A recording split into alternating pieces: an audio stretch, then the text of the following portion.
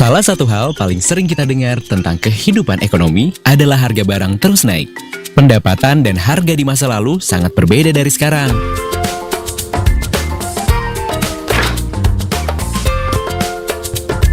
Bapak Sugiarto, di tahun 1990, beliau diterima sebagai pegawai negeri, diberi upah Rp100.000 per bulan. Sedangkan Hairul, di tahun 2020, diterima sebagai pegawai negeri, diberi upah Rp5 juta per bulan. Pada tahun 90-an, harga satu tiket masuk bioskop hanya Rp500. Dan di tahun 2020 sudah mencapai Rp50.000, naik 100 kali lipat dalam waktu 30 tahun. Apakah kejadian tersebut normal? Apa yang harus dilakukan agar hal tersebut tidak terjadi? Siapa yang melakukannya? Fenomena kenaikan harga berbagai barang dan jasa secara terus-menerus disebut inflasi. Perekonomian pada dasarnya membutuhkan inflasi dalam tingkat tertentu dan wajar untuk dapat tumbuh. Namun, tingkat inflasi yang terjadi secara berlebihan akan sangat merugikan dalam kehidupan kita sehari-hari. Jadi, akan sangat penting untuk menjaga stabilitas harga atau nilai rupiah kita.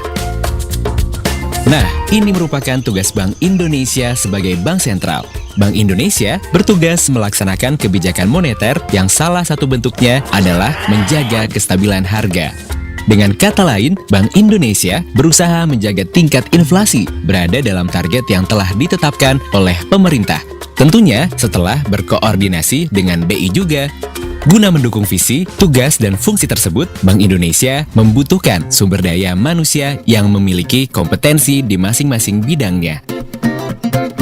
Dalam rangka mengelola SDM yang handal dan mampu beradaptasi dengan perubahan, diperlukan pengelolaan SDM yang tepat guna. Prinsip 4P merupakan prinsip yang selalu dipegang oleh BI dalam mengelola SDM. Semua dilakukan untuk membentuk karakter SDM yang unggul sehingga bisa menjalankan tugas BI dalam mengawal perekonomian Indonesia ke arah yang lebih baik. Namanya Dina. Dina bergabung dengan Bank Indonesia melalui jalur pendidikan calon pegawai muda atau yang sering kita dengar dengan PCPM. Sebelum diangkat menjadi pegawai, Bank Indonesia memberikan program pendidikan yang bertujuan untuk meningkatkan kompetensi di bidangnya dan membantu Dina untuk mengembangkan potensi leadership-nya. Saat ini, posisi Dina menjadi asisten manajer di Departemen Pengelolaan Moneter. Kalau yang ini namanya Dimas. Dimas masuk PCPM melalui jalur kampus hiring yang merupakan kerjasama antara Bank Indonesia dengan perguruan negeri terbaik di Indonesia. Saat ini, Dimas ditempatkan sebagai manajer di grup asesmen dan pengembangan ekonomi kantor perwakilan Bank Indonesia Provinsi Sulawesi Selatan, yang merupakan kantor perwakilan koordinator untuk kawasan timur Indonesia atau KTI. Sehari-hari, Dimas memiliki kesempatan untuk membuat kajian terkait pertumbuhan ekonomi dan inflasi daerah. Bahkan, kajiannya dapat dibahas hingga level rapat koordinasi dengan kementerian lain loh. Dan tentunya, sebagai perwakilan BI di daerah, Dimas memiliki kesempatan yang lebih besar untuk terjun secara langsung dan menangani stakeholder Bank Indonesia seperti pemerintah daerah ataupun instansi pemerintah lainnya.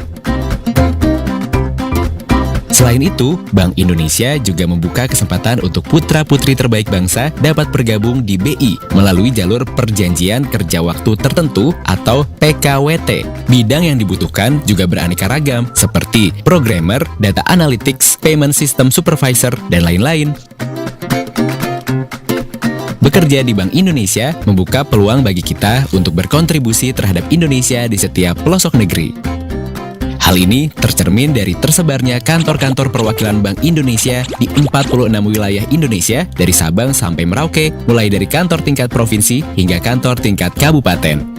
Bank Indonesia juga memiliki kantor perwakilan di luar negeri loh. Namun, dimanapun posisi kita bekerja di Bank Indonesia, tujuan kita tetap satu, yakni mengawal perekonomian Indonesia sesuai dengan slogan BI, yaitu di setiap makna Indonesia. Berkarir di Bank Indonesia juga artinya terbukanya kesempatan untuk menjadi profesional dan ahli. Kita bisa mengembangkan keahlian kita di berbagai bidang. Bank Indonesia juga menyiapkan beasiswa penuh bagi pegawainya yang memenuhi persyaratan untuk melanjutkan studi S2 dan S3 ke perguruan tinggi terbaik, baik di dalam negeri maupun luar negeri. Selain itu, untuk mengembangkan pegawainya, Bank Indonesia juga menugaskan pegawainya untuk bertugas di lembaga lain untuk dapat menyerap ilmu dan belajar sehingga bisa meningkatkan kompetensi pegawainya.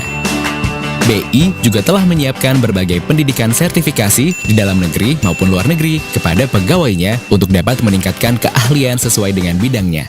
Ya, semua itu dilakukan untuk menjadikan pegawai Bank Indonesia menjadi profesional dan excellence dalam menghadapi berbagai tantangan.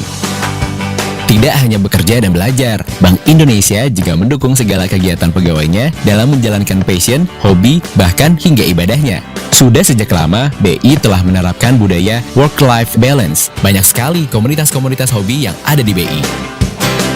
Lomba-lomba inovasi juga sering dihadirkan di Bank Indonesia. Selain untuk memicu pegawai tetap berkembang, lomba ini juga diharapkan dapat memberikan dampak yang baik untuk proses kerja di Bank Indonesia. Dan bagi pemenangnya bisa jalan-jalan ke Google atau Facebook loh.